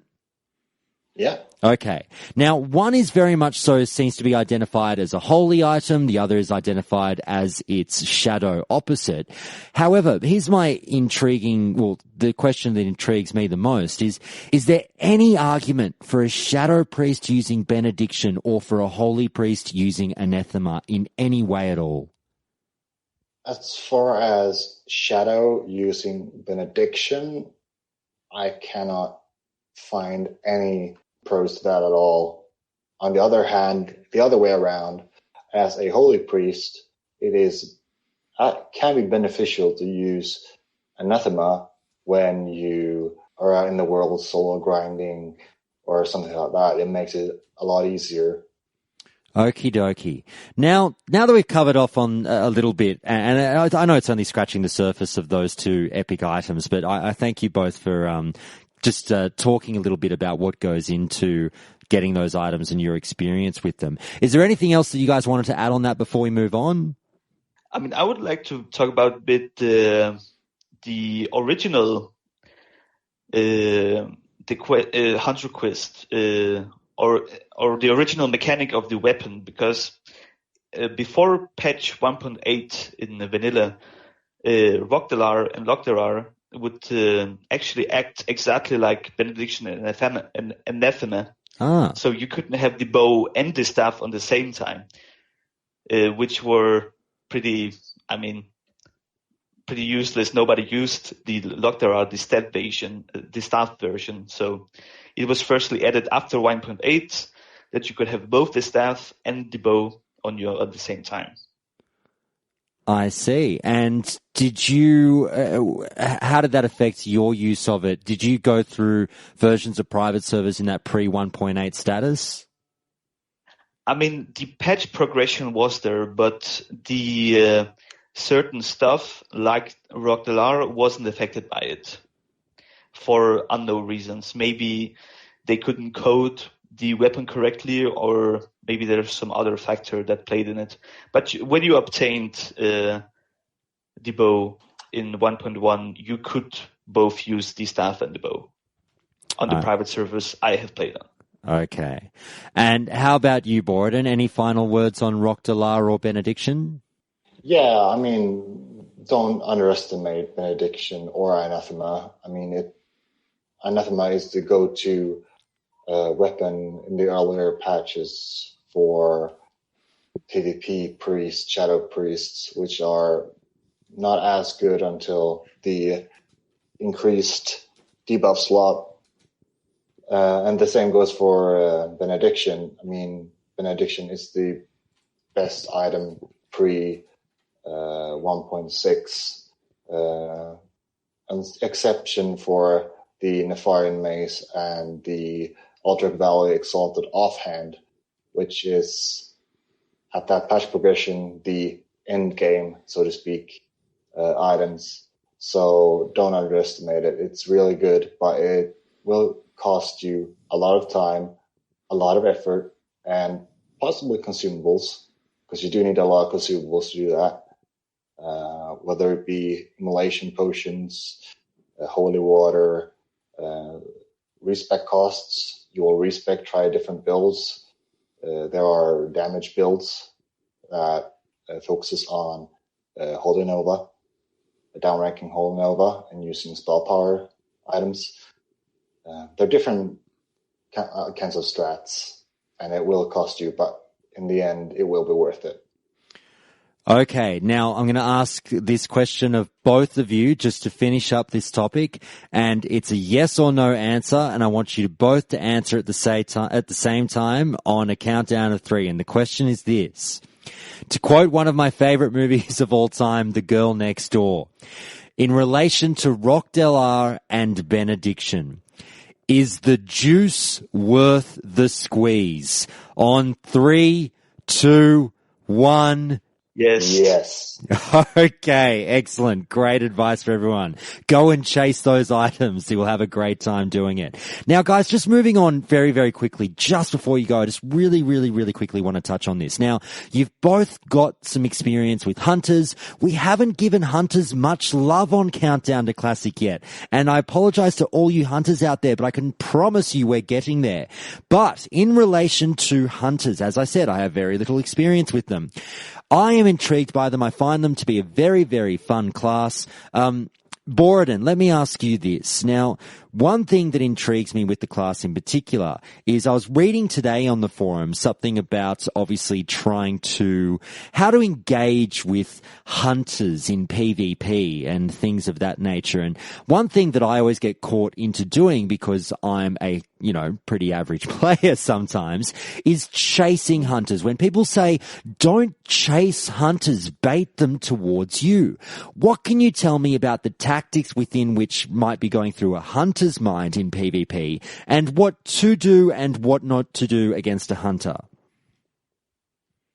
Okay, yeah. So as you say, you want to keep range. There are some instances in world PvP when you scatter shot into freezing trap and then you back off and you just unload everything you got and then they're hopefully dead. But in PvP, like Battlegrounds or so, you just try and keep a steady distance between you and your target and just unload. Don't forget to mana drain healers or those kinds of things too. That helps. Okay, so that's if you're a hunter, that's what to do, right? Yes. Okay. And if you're against a hunter, you want to play a mage. Because then you blink in, you frost nova them, and then they can't do anything. There's so little they can do. You just get close to them. Okay. Otherwise, you're just dead. Now, Venustus, turning to you, you are, as Borodin has said, perhaps a little bit of a hunter expert. Here's what I generally would think would be a great thing for people to think about when they are engaging in PvP, and tell me if you agree with this, guys, is generally you want to do what the other class doesn't want you to do. So you don't want to do something that's going to make your opponent happy, obviously. So my question for you, Venustus, is this. What does a hunter love seeing people do in PvP that makes you start licking your lips? I mean, it's, of course, I think the word you're fishing for is kiting. It's one of the bread and butters of gameplays you can do as a hunter. And basically, almost to every melee class, you can just run around. I mean, the word kiting is keeping something at a distance, at the fixed distance, and they just can't keep up with you. You just shoot your arrows, shoot your concussive shot, scatter shot, etc., and just to keep your distance and make everyone's life miserable. And a good hunter will do it. So keep eye out for those. Okay, now just to finish up, one last one, Venustus. For all those players out there who are considering playing a hunter seriously for the first time, maybe they haven't played one before or they haven't really been serious about one before, what is your one biggest tip or trick in playing a hunter that people should keep an eye on when going through the leveling process? So the leveling is quite different because when you're leveling, you want to go Beastmaster, then your pet will just become this giant tank who just rips everything through shredders, and you can just auto-shoot, maybe Serpent Sting, and maybe a name shot at the end levels. So you can just go Beastmaster, make your pet a heavy tank, and then just relax and have a good time leveling. And once you're 60, how do things change? Pretty much the go-to is go deep into marksmanship to get your true shot aura. Then you can buff up you'll be certainly put into a melee group in the raids to increase your teammates with true shot aura, which gives 100 attack power to everyone. And then you just either spend your talents into Beast Mastery to increase your pet damage, or you will go into Survivor and increase your hits if that's what you're lacking. Okay, and Borden, what about you? One final tip for any prospective young hunters out there. I think Venice has covered that very well. I would say I would actually recommend going the survival route and picking up the +% damage against humanoids and dragons. It's also giants, I think. Because that will help you both in the world with the damage against humanoids and dragons. We have Nixia, you have Nefarian. It'll help you all around. It's a good pick. Okie dokie. All right, well, thanks so much for calling in, you two, and I hope to speak to you again on the show in the future, and we shall speak to you later. Thank you for having us. Thank you. And that's been Calling Countdown for the week, and that's the episode for today, everyone. But before I let you go, I've got some quick shout-outs and show news. Thank you so much to the Countdown Council members, as always. Borzen, Raidmar, and new member, Camp Sowen, Palfurus, Rarebit, Seven Winters, Tsunami, Wilson Ma, and Valaco. Also, a thank you to fellow patrons, Disapulo, Good Kisser, and Myrtle Banks. Also, a huge thanks to Tabs for their donation to the show through the week, and also a big thank you to Scrooby, who chipped in with a huge $45 donation. I cannot thank you enough to Scrooby, but also to all of you for your support. Without it, the show simply wouldn't be the same, and I cannot thank you enough. One last little apology to Ginnerax. Now, I pronounced their name incorrectly recently on the show when I mentioned them, and I must apologize. They emailed me very politely and said it's pronounced Ginnerax. What I was saying sounded a little bit too close to vagina when I was saying Ginnerax. And I do apologize. You've got to let me know how to pronounce all of your names sometimes, everyone. I can get it wrong. But with all that done now, I will see you all again on the next episode of Countdown to Classic on Friday when we head back to the forums. And as I mentioned earlier, we will be covering off on whether PvP is the true vanilla World of Warcraft experience. And also, we'll cover off on a spec focus once again. I actually haven't picked that one. I'll pick one very soon. And also, we'll be picking up on the argument behind possibly changing the respec fees in Classic. Or, how about we just keep them exactly as they are? Either way, it's going to be a fun episode on Friday. I look forward to seeing you all then. Until then, have a great day, everyone. I'll see you later.